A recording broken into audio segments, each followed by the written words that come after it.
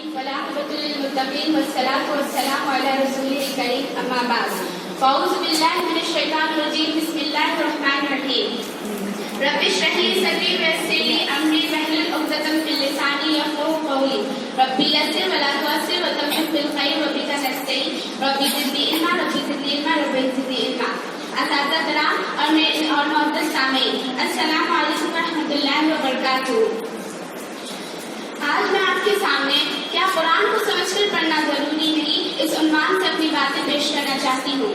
مسلمان اس بات پر ایمان رکھتے ہیں کہ قرآن اللہ کی کتاب ہے اور یہ محمد صلی اللہ علیہ وسلم پر نازل ہوئی، تو مسلمانوں کو چاہیے تھا کہ اس سے شعوری تعلق پیدا کرتے، اس پر غور و فکر کرتے اور ان ذمہ داریوں کو ادا کرتے جو ان پر عائد کی گئی ہے، لیکن مسلمان ایسا نہیں کرتے، بلکہ قرآن کی جگہ شخصیتوں اور ان کی کتابوں نے لے لی ہے اور ہمیں اس کو روکنا ہے۔ عام طور پہ لوگ کہتے ہیں کہ قرآن عربی زبان میں ہے اور ہم عربی نہیں جانتے، تو ایسا کہنا جائز ہے لیکن تب جب قرآن عربی سیکھنے کے کوئی وسائل موجود نہ ہو، لیکن آج عربی سیکھنے کے تمام وسائل موجود ہیں، بلکہ قرآن کے معنی ہر لینگویج میں موجود ہے، کوئی بھی ایسے لینگویج نہیں، دنیا کی بیشتر لینگویجوں میں ہر قرآن کے معنی موجود ہے، تو یہ کوئی معنی نہیں رکھتا کہ ہم قرآن کو نہیں سمجھ سکتے۔ جبکہ اللہ فرماتا ہے وَلَقَدْ يَسَّرْنَا الْقُرْآنَ لِلذِّكْرِ فَهَلْ مِن مُّدَّكِرٍ، اور ہم نے قرآن کو آسان بنایا ہے نصیحت کے لیے، تو ہے کوئی نصیحت حاصل کرنے والا؟ جب اللہ یہ کہتا ہے کہ قرآن آسان ہے تو ہم کیوں کہتے ہیں کہ قرآن آسان نہیں ہے؟ آج کل لوگ اپنے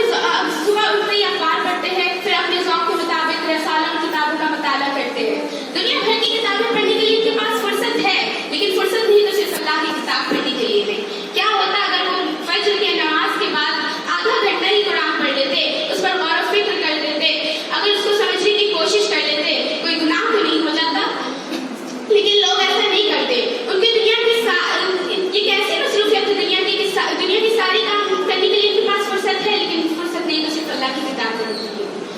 تو جب کسی شخص کے پاس اس کے دوست کا خط کسی ایسی زبان میں آتا ہے جو وہ نہیں جانتا، تو وہ اس زبان کے جاننے والے سے پڑھواتا ہے، لیکن رب العالمین نے جو کتاب اپنے بندوں کے لیے بھیجی اسے جاننے کی اسے فکر ہی نہیں ہوتی۔ بہت سے لوگ کہتے ہیں کہ قرآن صرف علماء کو سمجھنے کے لیے ہے، لیکن اور عوام اسے نہیں سمجھ سکتے، لیکن یہ غلط ہے۔ قرآن کہتا ہے لعلکم تعقلون، تاکہ تم سمجھو، اور یہ سراسر غلط ہے کہ ہم یہ کہیں کہ قرآن صرف علماء سمجھ سکتے ہیں۔ وَيُبَيِّنُ الْآيَاتِ لِلنَّاسِ لَعَلَّهُمْ يَتَذَكَّرُونَ، اور وہ اپنی آیتیں لوگوں کے لیے صاف صاف بیان کرتا ہے تاکہ وہ یہ دہانی حاصل کرے۔ شہر رمضان الذی انزل فیہ القرآن ھدی للناس، رمضان کا مہینہ جس میں قرآن نازل کیا گیا جو لوگوں کے لیے ہدایت ہے، اور وہ سارے لوگوں کے لیے، ضروری نہیں کہ صرف وہ مسلمان ہی کے لیے بلکہ غیر مسلموں کے لیے بھی ہے، غیر مسلموں کے لیے بھی ہے۔ تو لوگوں کو چاہیے تھا کہ وہ غیر مسلموں کو بھی قرآن کی باتیں بتاتے، لیکن عام طور پہ مسلمان جب خود یہ کام نہیں کرتے تو وہ غیر مسلموں کو کیا بتائیں گے؟ جب وہ خود اس پر عمل نہیں کرتے تو وہ غیر مسلموں کو کیا سمجھائیں گے کہ اس پر عمل کرو؟ پہلے خود کے اندر لائیں، دن جا کے وہ غیر مسلموں کو بتائیں، تو یہ بات معنی رکھتی ہے۔ قرآن کے بہت سے فائدے ہیں، جیسا کہ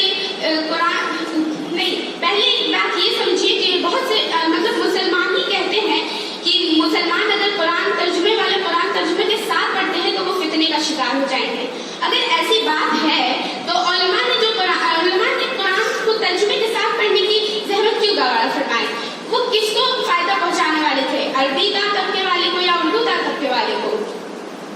تو ایسا ہی ہے، جبکہ قرآن سارے لوگوں کے لیے رکھی گئی ہے، اور اگر وہ فتنے کے شکار ہو جائیں گے تو جب علماء نے ترجمہ کے ساتھ قرآن کو پڑھا تو وہ فتنے کے شکار کیوں نہیں ہوئے؟ تو اور لوگ جو ان کی